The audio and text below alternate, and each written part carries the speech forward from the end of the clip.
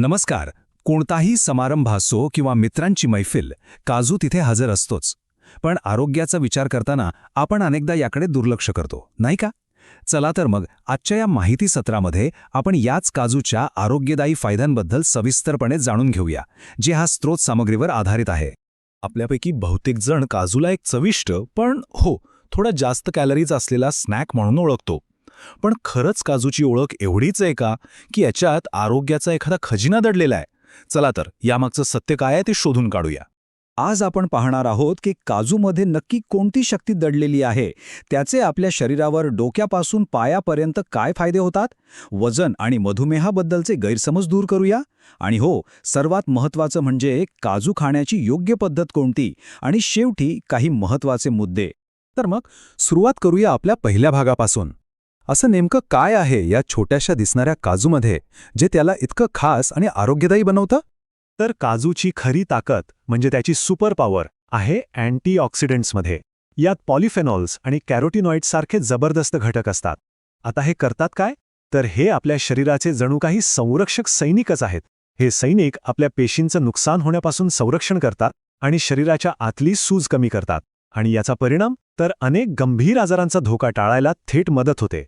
आणि एक गोष्ट लक्षात घ्या, काजूचे फायदे फक्त एकाच भागापुरते मर्यादित नाहीयेत. नाही, ते आपल्या हृदयापासून ते हाडांपर्यंत, मेंदूपासून ते रक्तापर्यंत, म्हणजे अक्षरशः संपूर्ण शरीराला एक प्रकारची चालना देतात. यातला सगळ्यात महत्त्वाचा फायदा तो म्हणजे आपल्या हृदयासाठी. अनेकांना वाटतं की अरे काजूमध्ये फॅट्स असतात म्हणजे ते हृदयासाठी चांगलं नाही. पण थांबा, यात जे फॅट्स आहेत ना ते चांगले फॅट्स आहेत, म्हणजे मोनो अनसॅच्युरेटेड आणि पॉली अनसॅच्युरेटेड फॅट्स. आणि हे तर हृदयाच्या आरोग्यासाठी खूपच आवश्यक आहेत. आणि हे काही हवेत बोललेले नाही. ब्रिटिश जर्नल ऑफ न्यूट्रिशनमध्ये प्रसिद्ध झालेल्या एका अभ्यासानुसार जे लोक नियमितपणे काजू खातात त्यांच्यामध्ये हृदयरोग होण्याचा धोका तब्बल 37% कमी होऊ शकतो. विचार करा, 37%. हा खूप मोठा आकडा आहे, नाही का? पण प्रश्न असा आहे की हे घडतं तरी कसं? बरं, एक सोपी कल्पना करूया. समजा आपल्या शरीरात कोलेस्ट्रॉलचा एक तराजू आहे. काजू काय करतो? तर ह्या तराजूच्या एका पारड्यातलं चांगलं कोलेस्ट्रॉल म्हणजे HDL वर उचलतो आणि त्याचवेळी दुसऱ्या पारड्यातलं वाईट कोलेस्ट्रॉल म्हणजे LDL खाली दाबतो.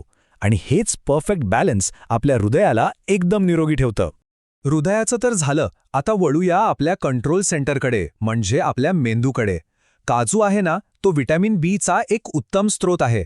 आणि हे व्हिटॅमिन आपली स्मरणशक्ती एकदम शार्प ठेवण्यासाठी आणि मेंदूची कार्यक्षमता वाढवण्यासाठी फार महत्त्वाचं आहे. चला, मेंदूनंतर आता बोलूया आपल्या शरीराच्या मूळ स्ट्रक्चरबद्दल, म्हणजे आपल्या हाडांबद्दल. काजू हाडांची घनता म्हणजे डेन्सिटी टिकवून ठेवण्यातही खूप महत्त्वाची भूमिका बजावतो. आता हे कसं शक्य आहे? तर याचं कारण आहे त्यात असलेलं तांब म्हणजे कॉपर. फक्त 28 ग्रॅम म्हणजे साधारण मूठभर काजू घेतले ना तर त्यात तब्बल 622 मायक्रोग्रॅम कॉपर मिळतं.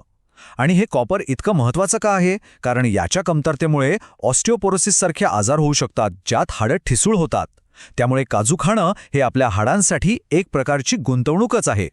आता वळूया एका इंटरेस्टिंग भागाकडे. काजूबद्दलचे काही मोठे गैरसमज जे अनेकदा आपल्याला काजू खाण्यापासून थांबवतात. चला, आज हे गैरसमज दूरच करून टाकूया. सगळ्यात मोठा गैरसमज तो म्हणजे काजू खाल्ले की वजन वाढतं. पण काही खरंच असं आहे की गोष्ट नेमकी उलटी आहे? म्हणजे काजू वजन कमी करायला मदत करू शकतो का? याचं उत्तर कदाचित तुम्हाला आश्चर्यचकित करेल. बघा, काजूमध्ये प्रोटीन आणि फायबर भरपूर प्रमाणात असतं. आणि हे दोन्ही घटक काय करतात? तर ते आपलं पोट भरलेलं असल्याची भावना देतात. आणि मग होतं काय की आपण मध्ये मध्ये काहीही अरबट-चरबट खाणं टाळतो. साहजिकच यामुळे आपोआपच एकूण कॅलरीजचं सेवन कमी होतं आणि परिणामी वजन नियंत्रणात ठेवायला मदत मिळते. आता दुसरा एक मोठा प्रश्न, जो विशेषतः मधुमेहाच्या रुग्णांच्या मनात असतो. त्यांना अनेकदा सुकामेवा खाताना थोडी भीती वाटते. तर मग त्यांच्यासाठी काजू खाणं सुरक्षित आहे का? तर याचं उत्तर आहे हो, नक्कीच. अभ्यासातून असं दिसून आलंय की काजू फायबरचा एक उत्तम स्रोत आहे. आणि फायबरचं काम काय? तर ते खाल्ल्यानंतर रक्तातील साखर अचानक वाढू देत नाही, तिला नियंत्रणात ठेवतं.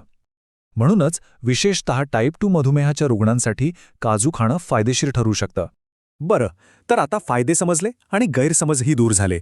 पण मग प्रश्न उरतो की काजू आपल्या आहारात योग्य प्रकारे कसे समाविष्ट करायचे? चला, त्याचे काही साधे सोपी नियम पाहूया. हे नियम अगदी सोपे आहेत. पहिला प्रश्न, दिवसातून किती काजू खावेत? तर साधारणपणे 3 ते 5 काजू पुरेसे आहेत. दुसरा प्रश्न, सर्वोत्तम वेळ कोणती? तर सकाळी नाश्तासोबत खाणं उत्तम. आणि तिसरा महत्त्वाचा मुद्दा म्हणजे ते कसे खावेत? तर रात्रभर पाण्यात भिजवून खाल्ले तर ते पचायला हलके होतात आणि त्याचे फायदेही जास्त मिळतात.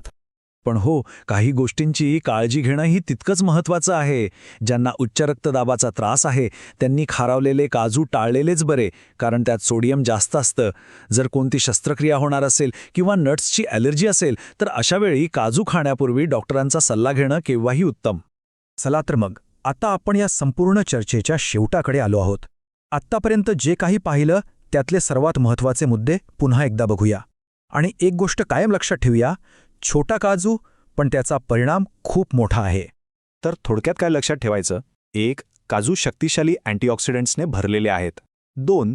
ते हृदय, हाडे आणि मेंदूच्या आरोग्याला आधार देतात. 3. वजन आणि रक्तातील साखर नियंत्रणात ठेवण्यास मदत करू शकतात. आणि 4. सर्वात महत्त्वाचा नियम, याचं सेवन प्रमाणातच करायचं, म्हणजे दिवसातून 3 ते 5 काजू खाणं सर्वोत्तम. तर मग जाता जाता हा एक विचार करण्यासारखा प्रश्न आहे की आपल्या रोजच्या धावपळीच्या जीवनात एका संतुलित आहाराचा विचार करताना हा छोटासा पण शक्तिशाली सुकामेवा आपल्या आरोग्यासाठी एक महत्त्वाचा आणि फायदेशीर घटक ठरू शकतो का?